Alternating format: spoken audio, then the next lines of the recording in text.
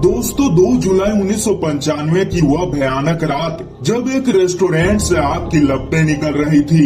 इस रेस्टोरेंट में इतनी देर रात खाना नहीं बन रहा था, बल्कि एक महिला का शव तंदूर में जल रहा था।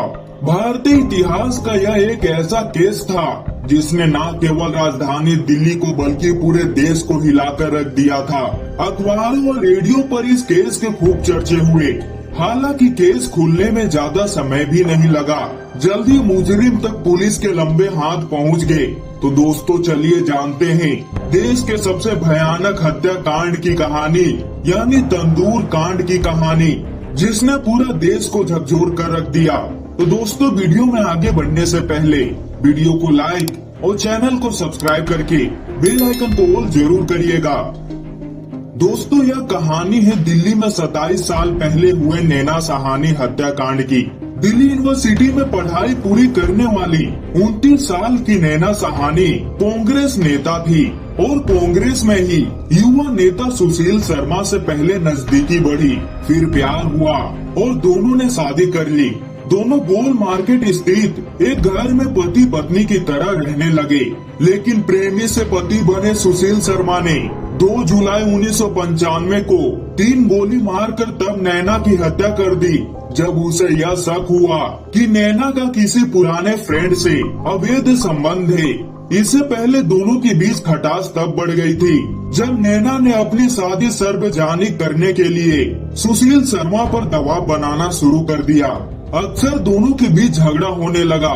इससे तंग आकर नैना ने विदेश जाने का फैसला कर लिया। वह कमर्शियल पायलट बनना चाहती थी, इसी की पढ़ाई उसने की थी। इसके लिए नैना ने अपने पुराने दोस्त से मदद मांगी। उसी रात इसी सिलसिले में नैना की और उसके पुराने दोस्त मतलब करीम से फोन पर बात हो रही थी। तभी सुशील शर्मा की घर में एंट्री हो गई। सुशील शर्मा ने नैना से फोन छीन लिया और बाद में रीडायल किया तो उसे करीम की आवाज सुनाई दी। यह सुनते ही सुशील शर्मा भड़क गया और अपने सर्विस बंदूक से नैना पर गोलियां दाग दी। गुस्से में आपा खो चुके सुशील ने तब नैना पर 3 गोलियां दागी। गोली का शिकार बनते ही नैना सुशील के सामने ढेर हो गई, लेकिन चिंता की बजाय सुशील शर्मा ने नैना की लाश को ठिकाने लगाने को सोचा। सुशील ने पहले नैना की डेड बॉडी को प्लास्टिक में रेप किया, फिर उसे बड़े चादर में बांध दिया और उसे अपनी कार की डिक्की में रख दिया और यमुना में ठिकाना लगाने के उद्देश्य से सुशील शर्मा यमुना की तरफ निकल पड़ा। लेकिन निजामुद्दीन ब्रिज पर अधिक ट्रैफिक होने की वजह से ऐसा नहीं कर पाया। इसके बाद वह जनपद के करीब अपने बगिया रेस्टोरेंट पहुंचा। रेस्टोरेंट पहुंचकर सुशील शर्मा ने अपने मैनेजर केशव को बुलाया और सभी लोगों से रेस्टोरेंट खाली कराने को कहा। सभी स्टाफ को 25-25 रुपया देकर जल्द से जल्द घर भेज दिया। इसके बाद सुशील शर्मा ने केशव की मदद से नैना की लाश कार की डिक्की से निकाला और उसे जलते हुए तंदूर के पास ले गया।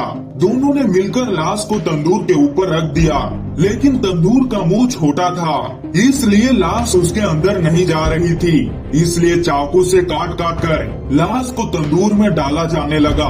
लाश को जल्दी जलाने के लिए सुशील शर्मा ने केशव को जल्दी से मक्खन के 4 बड़े पैकेट लाने को कहा।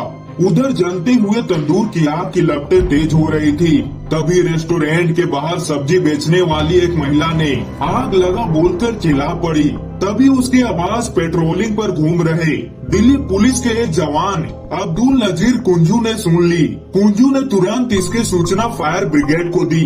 वहाँ सुशील शर्मा बगिया रेस्टोरेंट के बाहर गेट पर ही मौजूद था और अंदर जाने से मना करने लगा और बताया कि पार्टी का झंडा बैनर जल रहा है। लेकिन अब्दुल कुंजू को इस पर शक हुआ तो रेस्टोरेंट के पीछे दीवार फांदकर अंदर पहुंचा। तंदूर के पास खड़े केशव ने भी बताया कि पार्टी का बैनर पोस्टर जल रहे हैं, लेकिन कुंजू को केशव की घबराहट पर शक हो गया। उसने आग बुझाने को कहा और तंदूर देखकर अब्दुल कुंजू की जमीन पांव तले खिसक गई। वहाँ एक महिला का लाश जलाया जा रहा था और कड़ाई से पूछताछ करने पर केशव ने बताया कि यह लाश सुशील शर्मा की पत्नी नैना सहानी की है। दिल्ली पुलिस के जवान ने तुरंत ये जानकारी अपने बड़े अफसरों को दी और तुरंत एक खबर रात की तरह दिल्ली के सियासी गलियारों से लेकर गली मोहल्ले में फैल गई। इस घटना के बाद लोगों ने तंदूर का खाना खाना बंद कर दिया देश में पहली बार इस केस में डीएनए जांच हुई और काफी भागने के बाद 10 जुलाई 1995 को सुशील शर्मा ने सरेंडर कर दिया और 7 नवंबर 2003 को जिला अदालत ने सुशील शर्मा को फांसी की सजा सुनाई। बाद में 2007 में सुप्रीम कोर्ट ने फांसी की सजा को उम्र कैद में तब्दील कर दिया और 2015 में सुशील शर्मा पैरोल पर जेल से बाहर आ गया और दिसंबर 2018 में उसे यह कहते हुए रिहा कर दिया कि उसने जिंदगी के 23 साल जेल में बिता दिए हैं। तो दोस्तों, ये है देश का वो खतरनाक हत्याकांड जिससे पूरा देश दहशत में आ गया। दोस्तों, इस पर आपकी क्या राय है कमेंट में जरूर बताइएगा और दोस्तों वीडियो को लाइक और चैनल को सब्सक्राइब करके बेल आइकन को ऑल जरूर करिएगा ताकि हमारी ऐसे नॉलेजेबल वीडियो सबसे पहले आप तक पहुंच पाए।